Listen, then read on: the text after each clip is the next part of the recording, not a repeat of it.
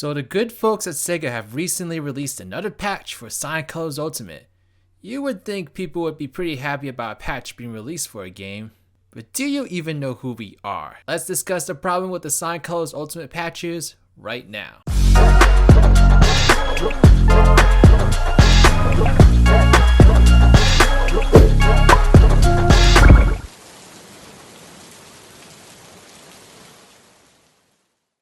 Hello there, beautiful human. I'm RidersDX, and today we're diving back into the whirlwind of a world that's the Sonic community because Sega's finally unleashed another crumb of information to satisfy our Thanksgiving-sized appetites. Sonic Colors Ultimate came out all the way back in September, but its release was anything but simple.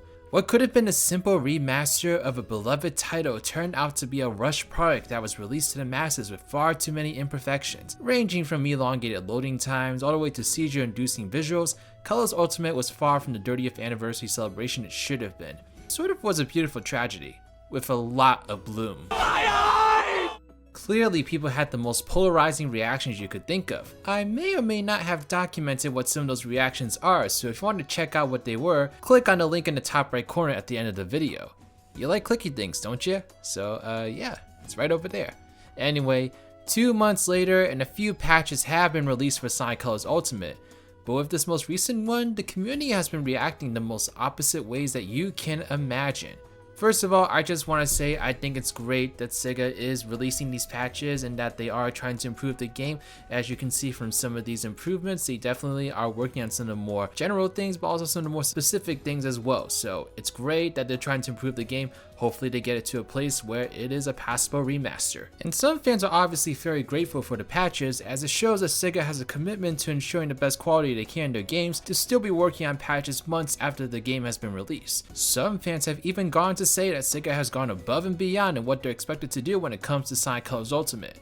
Now, to flip the other side of the coin though, some fans are upset at the very point that Colors Ultimate even needs a patch. They argue that the game should have come out more polished than it did, and that Sega releasing these patches is the bare minimum they can do, if anything. And thus, it creates this whole conundrum of one side saying that the other side is just plain ungrateful, while the other side shouts that they're too easily pleased over things that shouldn't even need to be done in the first place. Now, before I really dive into this, I just wanted to say Sonic Colors Ultimate was overall a very positive experience for me. Now, I am aware of like all the glitches and the bugs and all the slowdown, just the plain awful optimization of this game, but despite all that, it was still a pretty fun experience. Overall, the original experience of Colors is maintained pretty well here, and there are some additions here and there that I actually enjoyed. Like I liked all the cosmetics, for example. I kind of wish they went a little further with that. I would love to see like actual costumes on Sonic, but changing the gloves and the aura was still pretty fun. And I know the graphical style isn't for everyone, but I still think Colors Ultimate looks pretty good despite all things. I do prefer the lighting style of the original, but there are some details here in Colors Ultimate that look really nice. So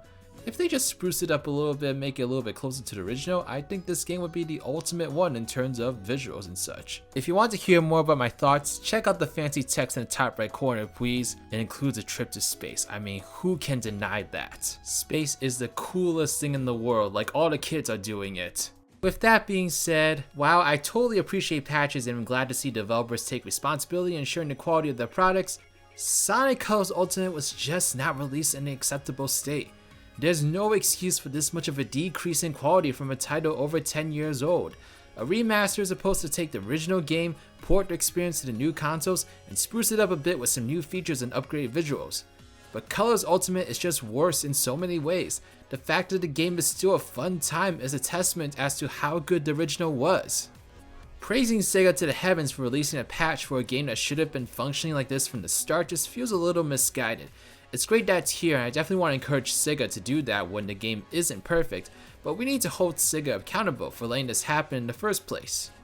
You can argue that if Sega wasn't even willing to invest in a proper remaster, how can we reasonably expect them to bring quality when Sonic Frontiers finally comes out? It's just concerning to see Sonic continually struggle in this manner despite Sega allegedly learning the lesson time and time again.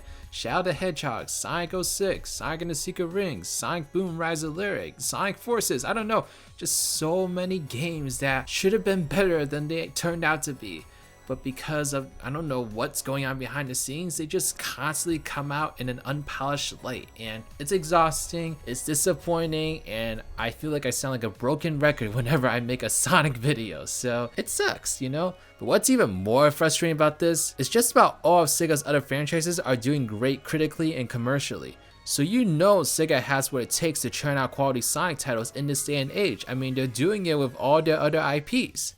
I think Sonic's reputation is catching up with him, as his games don't sell nearly as well as they used to. Gone are the days where games like Shadow the Hedgehog are able to break 1 million, as evidenced by how they've been pretty mum about Sonic Forces and Team Sonic Racing sales numbers. Whether you like it or not, people are indeed responding with their wallets, and Sonic is only going to get back to where he used to be by putting out quality titles. People expect games to be of a certain quality more than ever, as the onset of the internet and social media has made it easier for opinions to influence other people's decisions and what games they buy.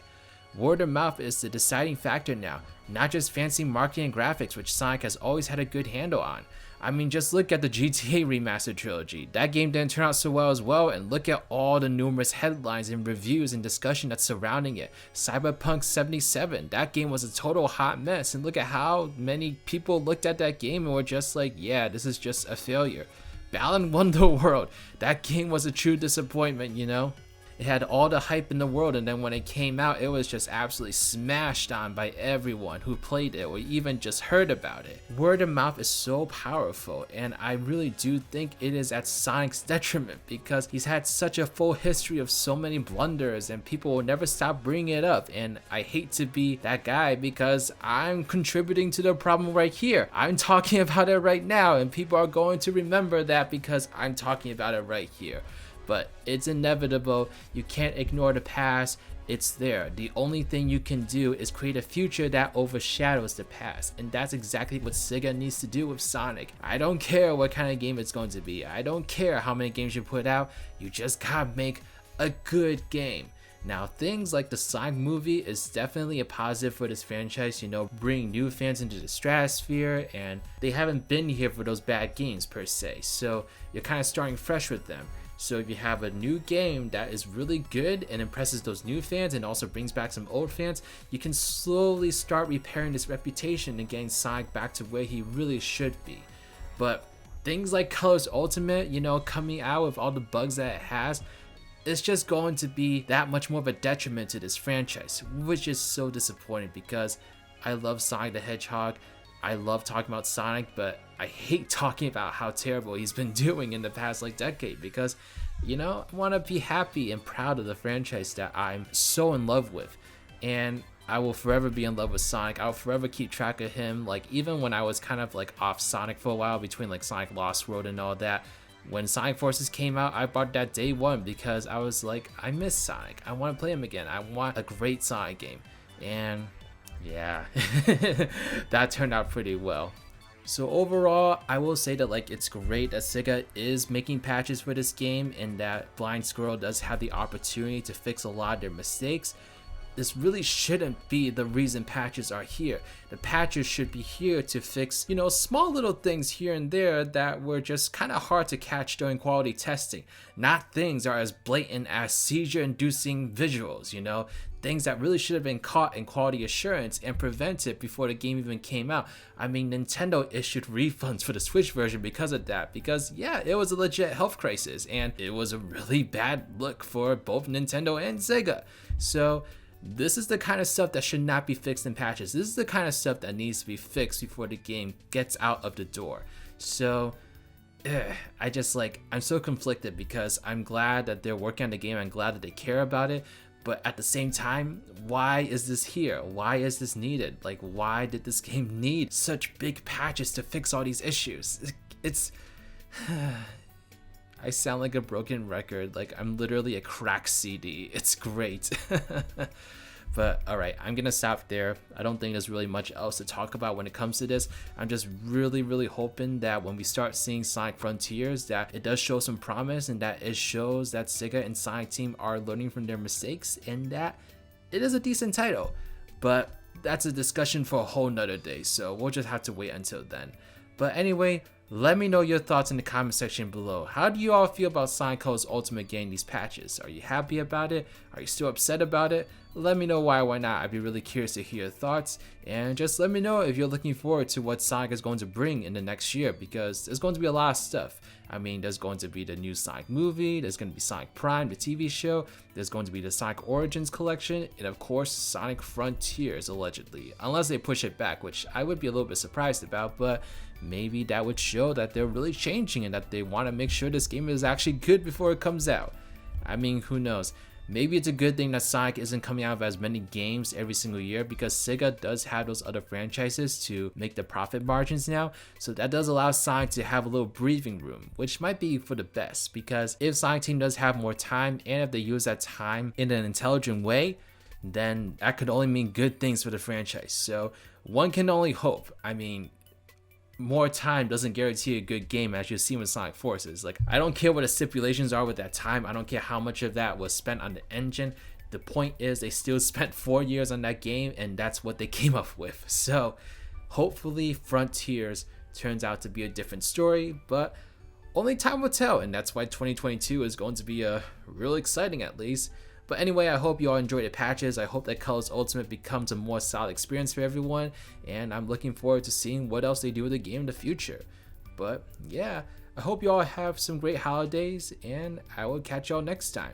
This is Riders, riding out. Thank you so much for watching this video. Special shout out to my patrons: New Gamer Hub, Team Rattle Sign Gamer, Johnny Hinton Ortiz, Trash Q, Claw84. These are my patrons / YouTube members. If you'd like to become a patron or YouTube member and get access to a whole bunch of different perks, then please check out the links in the description box below. But alright, this is Riders, riding out.